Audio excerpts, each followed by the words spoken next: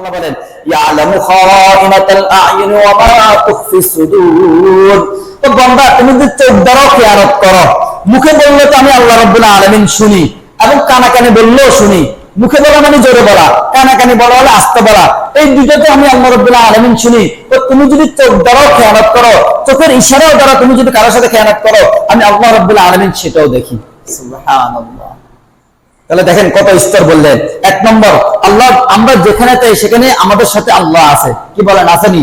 এবং আল্লাহ আমাদের কত কাছে বলে, আমাদের শাহরত থেকেও বেশি কাছে, শাহরত থেকেও বেশি কি কাছে। দুই নম্বর হলো আল্লাহ রাব্বুল আলামিন আমরা যা বলি আল্লাহ রাব্বুল আলামিন সব শুনে, এখন জোরে বললে শুনে, আস্তে বললে শুনে না, না তুমি যদি কানাকানি বলো সেটাও আমি আল্লাহ রাব্বুল আলামিন শুনি। এবং শুধু কানাকানি না, ও বান্দা তুমি যদি চোখের ইশারা দ্বারা খেয়ানত করো সেটাও আমি আল্লাহ রাব্বুল আলামিন শুনি। আল্লাহ ইয়ালামু খাইনাতাল আ'য়ুন ওয়া মা তুখফিস সুদূর।